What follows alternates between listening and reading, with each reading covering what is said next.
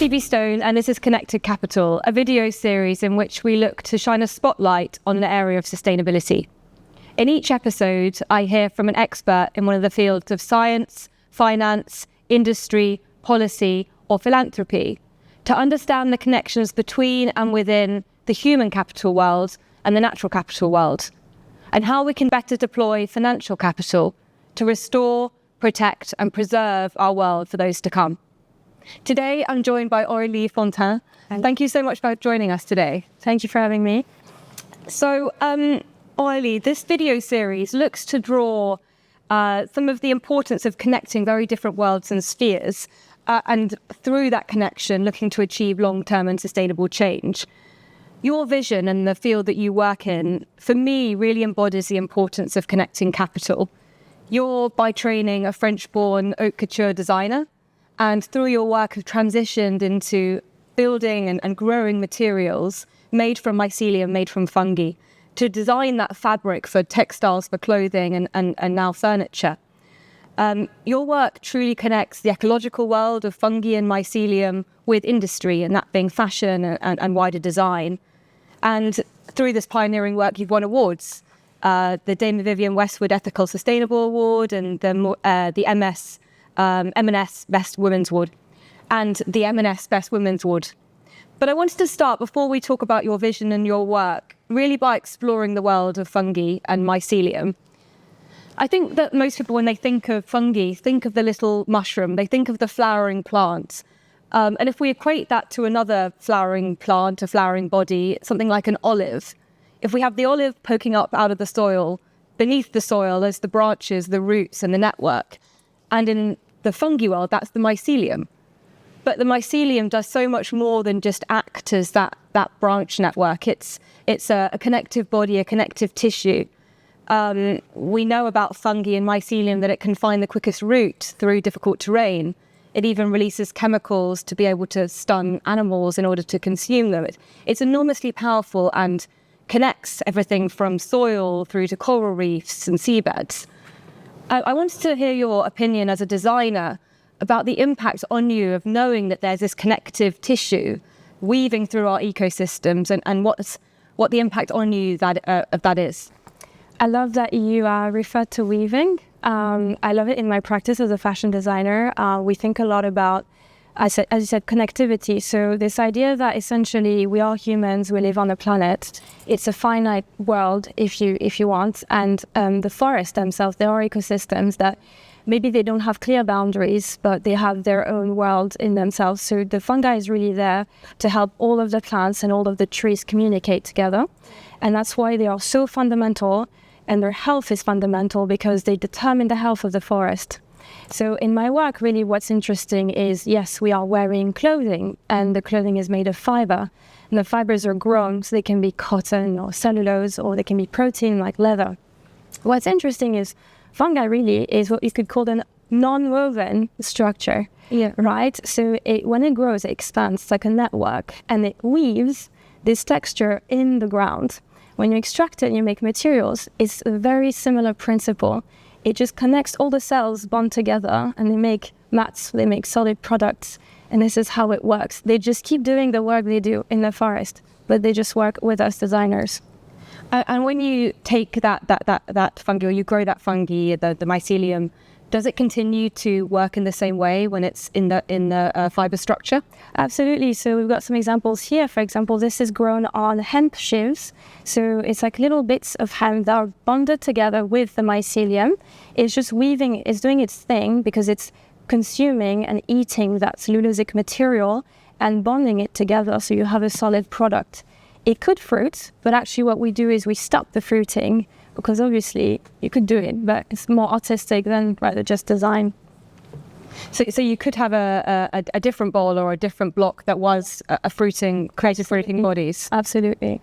And do you have the demand for that sort of product as well? Yes, as well. I mean, it's the one of a kind. I always say that we work, with nature. So you let nature do its thing. You don't try to really control it. This is a more controlled format of what we do because we have to abide by certain standards. You are a certain aesthetic.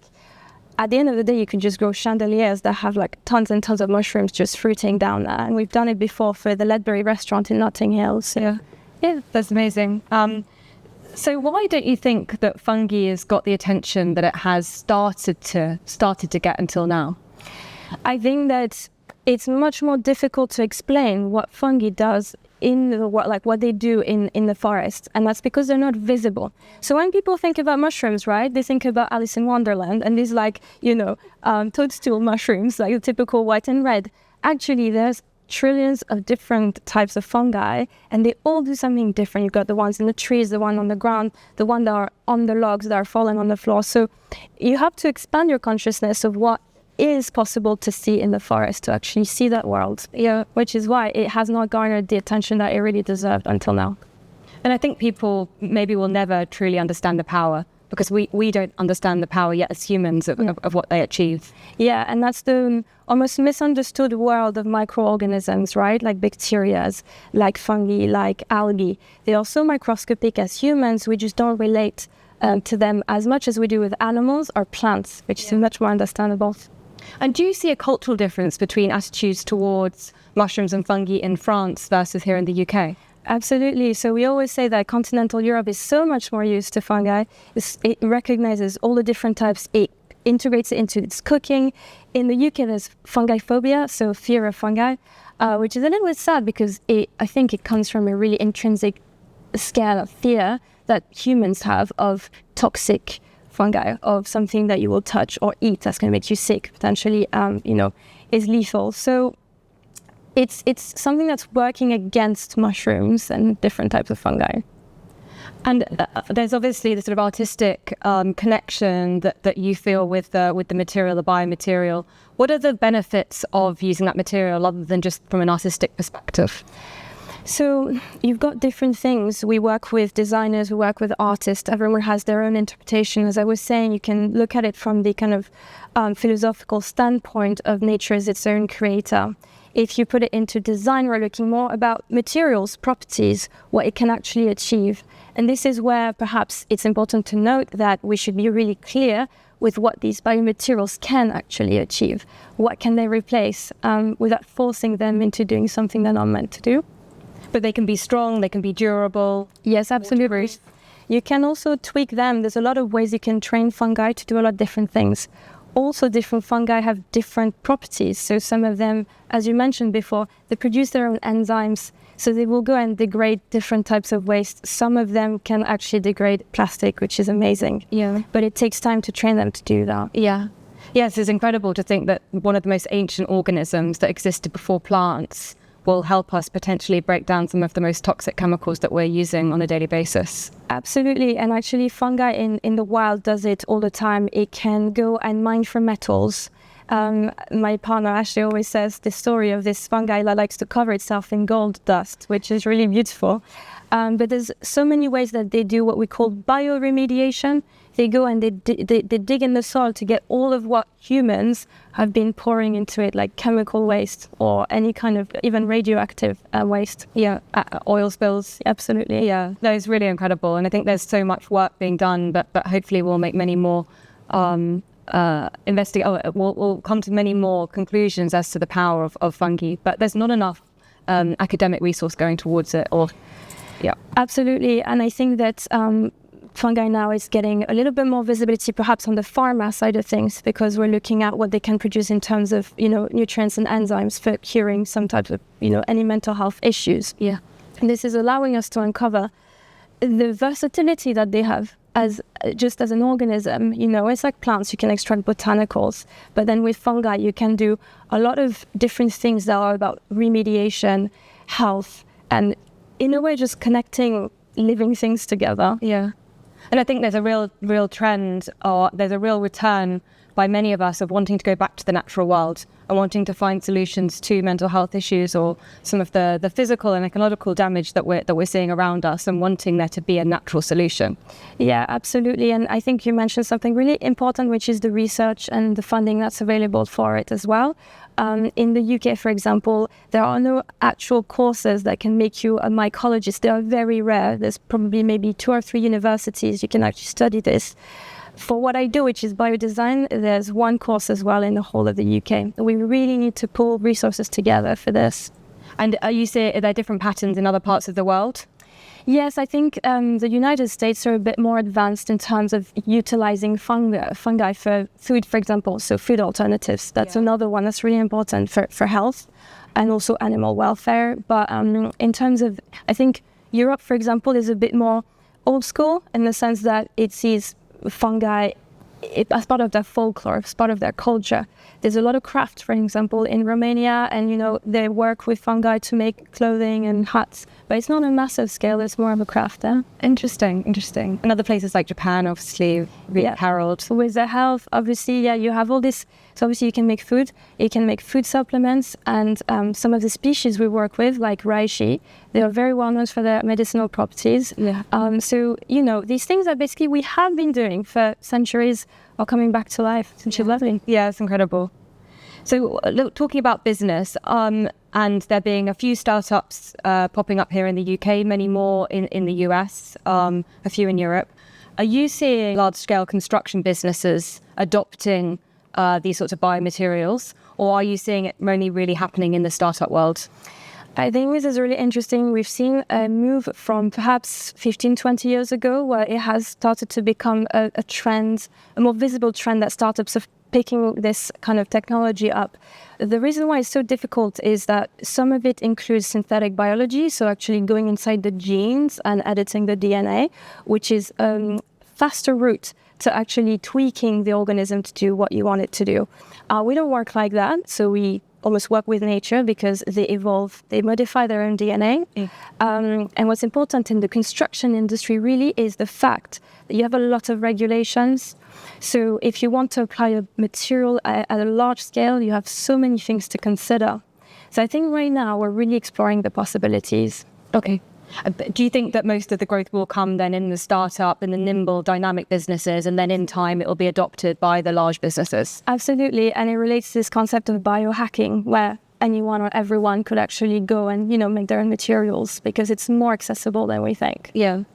So you're seeing it, the application in, I know you use it in acoustic panels, in insulation. I've even seen bricks made of mycelium. Absolutely. So it's not necessarily super waterproof. So you've got to keep that in mind. Okay. But however, it has really good acoustic and insulation properties. So we're thinking it would be great for things like also packaging because it's quite light and it has a good kind of shock absorption property. So this is where fungal materials could be used in textile as well, and leather. Yeah. So your personal journey working with mycelium for me is just fascinating. I mentioned you come from the world of fashion and design by training. Your striking London Fashion Week debut collection, Tensegrity, you engineered a lot of the fabric yourself using yeast and bacteria. Can you talk about where that inspiration and that journey came from for you?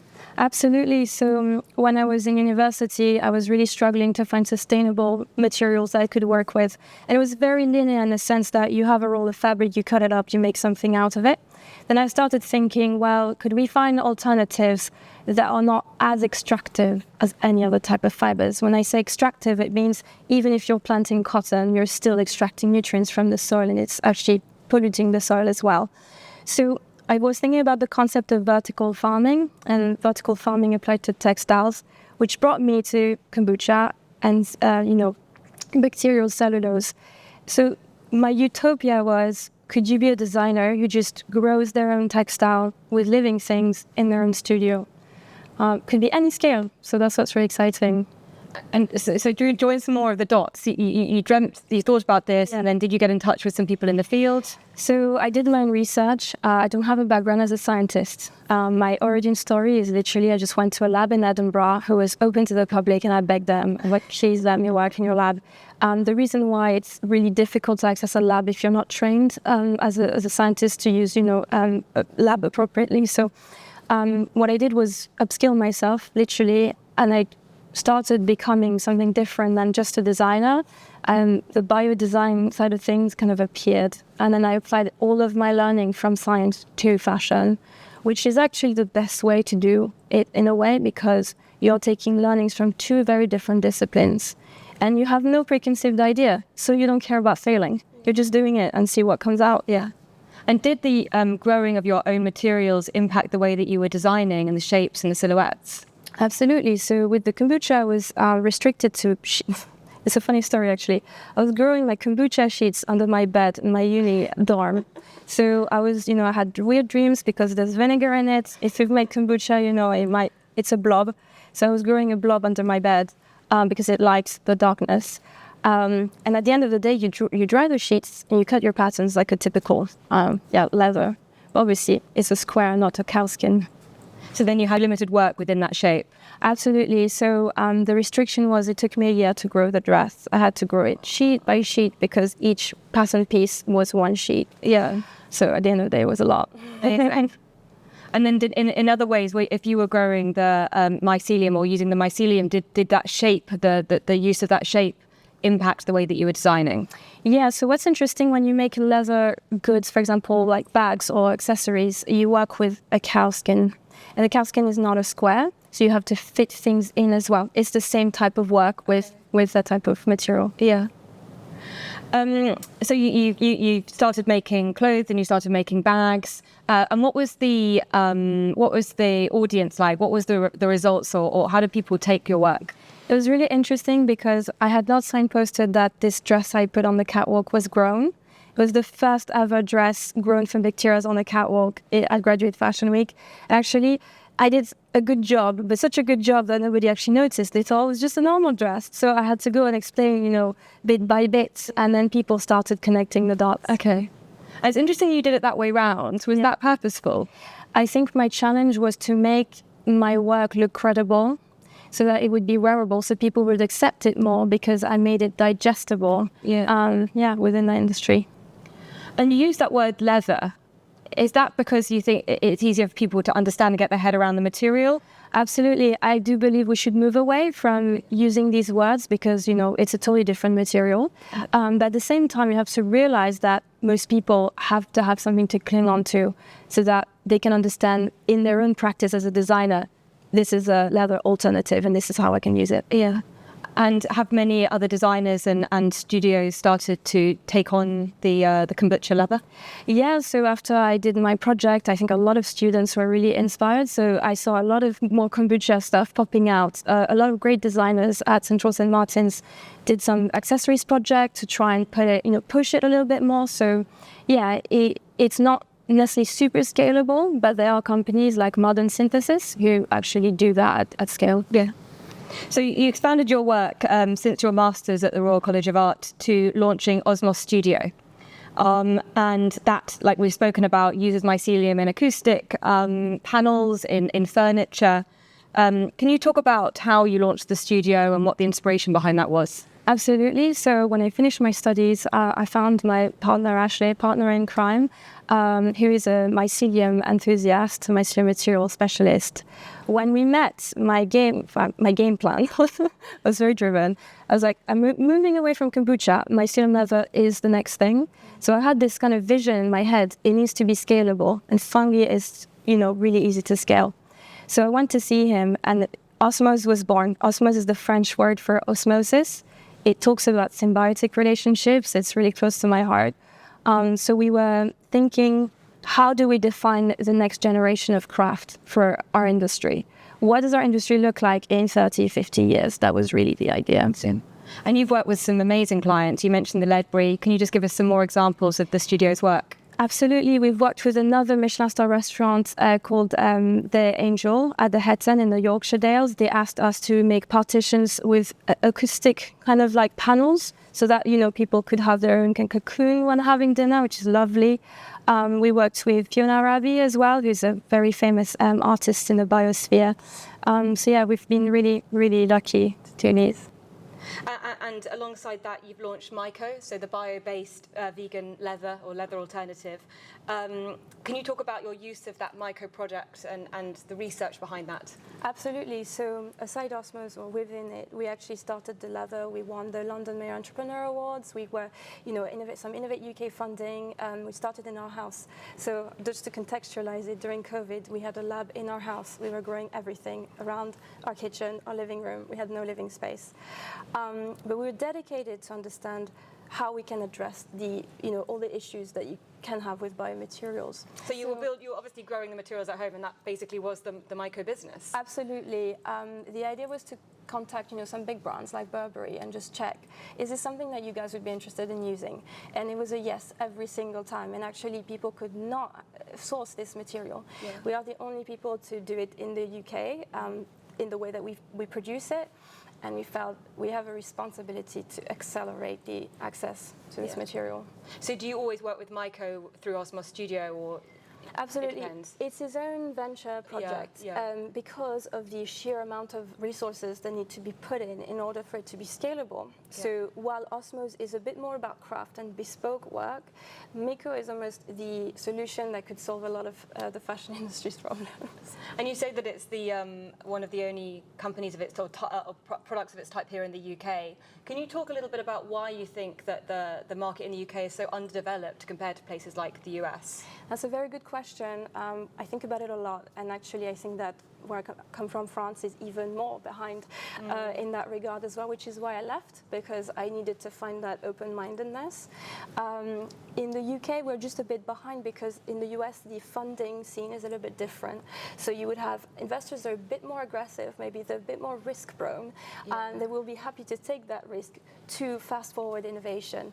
We do have amazing support in the UK in terms of government support and great economic centers, but the problem is retaining the researchers. It's what you said earlier. How do we make sure that the researchers have the funding to carry on? Yeah. You're not only between fungi and industry and design spheres, but you're also allocating a proportion of your profits to the Women's Trust, which provides therapy and support to female victims of abuse.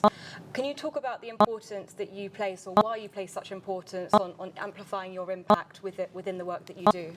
Absolutely. So we were always very careful of who we want to partner with. Obviously, we want to support a lot of environmental charities. At the end of the day, there's a social aspect, and for me, being a woman as well, I really care about how we can make it better for perhaps some charities that are struggling because of COVID. There was really a lot of charities having a hard time. So I went to the Women's Trust, and we also want to carry out workshops. So how fashion is transformative in terms of mental health, can do a lot for you. So we're in discussion with them and running workshops for women. Crafting is really good for your mental health. So how do we use design as a force for good, and not just the environmental, but also the social? Yeah. No, it's incredible. And this is the final question we ask all guests.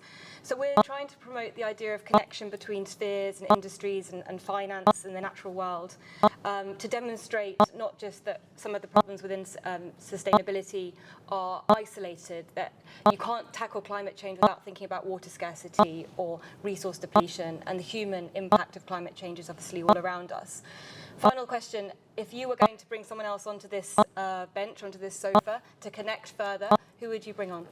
I think that if we want to talk about someone who's further in the supply chain, I would talk to Phoebe English. She's one of my, let's say, icons in the fashion industry. She does everything against the grain, and she does it for the really right reasons, and she works with all British, locally sourced, sustainable materials. She has a lot of experience to bring to the conversation, I think. Amazing. Well, thank you for the recommendation, and thank you so much for your time today. It's been great. Thank you so much, Phoebe. Thank you.